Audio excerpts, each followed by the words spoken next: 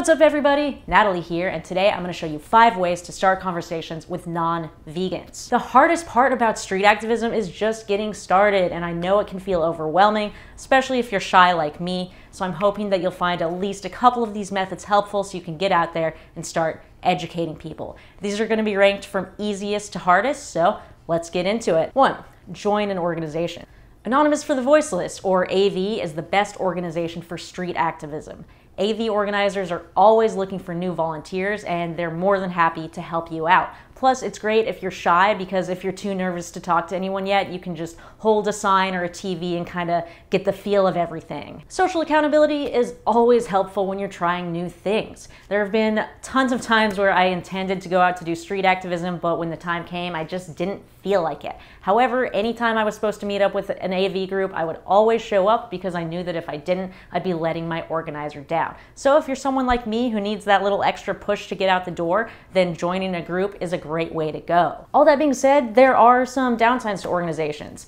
Bureaucracy, rules, you have to wear all black like a British person, you can only pass out certain cards, and you may be representing an organization that you don't totally agree with. Scheduling can also be an issue. Cubes almost always happen on Saturdays, so if you're in the service industry, this just may not fit with your schedule. And of course, the biggest downside of all, AV doesn't exist everywhere, so if you live in a city without a chapter, you can either start your own, or you can use one of these next 4 tactics. Number 2. Give something away. If you watch my other videos, you already know this is my favorite method. I live in New Orleans, so I typically give away free beer, but apparently that's not legal in some other cities. I can't imagine why, but it doesn't have to be beer. You could give out cookies or brownies, vegan hot dogs, whatever you want and can't afford. I get a lot of comments on my videos that say, why are these people so open to veganism? And honestly, I think it's because of the psychological principle known as reciprocity. If you give something to someone, they're gonna be more likely to respond with openness and kindness. Marketers have been using this tactic for years, and you should too. Even if somebody walks by you without getting anything, the image of a friendly, generous vegan is a lot better than the hostile, judgmental vegan that people typically think of. You're also likely to attract people that are more open to veganism in general, because if somebody walks by and they don't want a free treat enough to talk about veganism,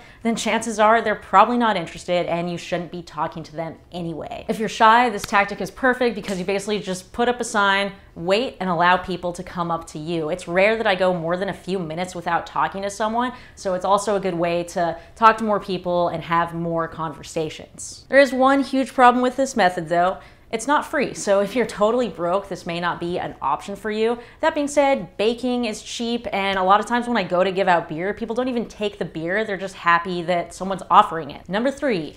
Challenging signs. These are the videos that get the most traction on YouTube. Activists will go out with a sign that says, "Change my mind," and the goal is that people will come up and they can have decent discussions. These are fun because they really get people thinking, and anybody who walks by will be at least a little bit curious. This method is also super simple because all you have to do is make a sign and head out the door. Here are a couple signs I've used in the past. Can you morally justify not being vegan? I'm pretty sure I stole this one from Humane Hancock.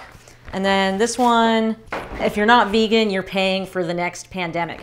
This one was awesome because it really pissed people off, and it was right when things had opened up after lockdown, so it was great to talk to people about the connection between animal agriculture and pandemics, which a lot of people didn't know about. So the reason I rarely use these signs is because I noticed that it attracted more argumentative people, and a lot of people who I just didn't like. They were kind of assholes. It'd be like some big dude like, "I'm gonna prove this vegan girl wrong," and I don't like it. It's too much for me. But that being said, if you're someone who likes debating and likes arguing and challenging people, then this is a great way to go. It would also be perfect on universities because people there are a bit more intellectually curious, and it's a great way to get to know more vegans on campus. Number 4, start with an unrelated topic. Pick a topic that has similarities to veganism, like eating dogs in Asia or aliens eating people, and start to interview people about that, and then slowly transition into veganism. So the question I'm asking people is if aliens were to land on this planet today and they were more intelligent than us,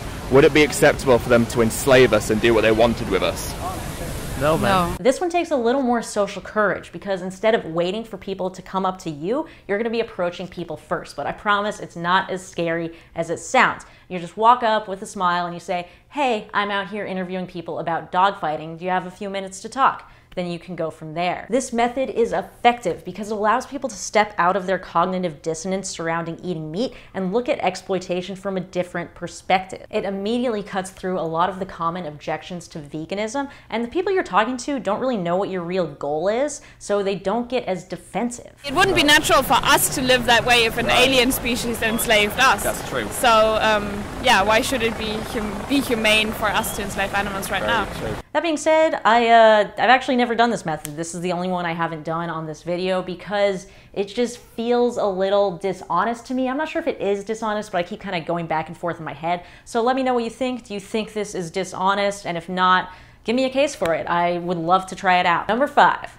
Just walk right up. I know what you're thinking. Natalie, are you out of your mind? I'm not gonna just walk up to a stranger and ask to argue about veganism. Are you fucking crazy? I know that this sounds scary and hard, but don't worry because I'm gonna tell you exactly how to do it. So you go to a public place, you look around, and you see if you can see someone who looks like they're bored, maybe they're just playing on their phone, or maybe a small group of people. You walk up, put on a smile and say, hey, I'm out here interviewing people about animal rights. Do you have a couple minutes to talk?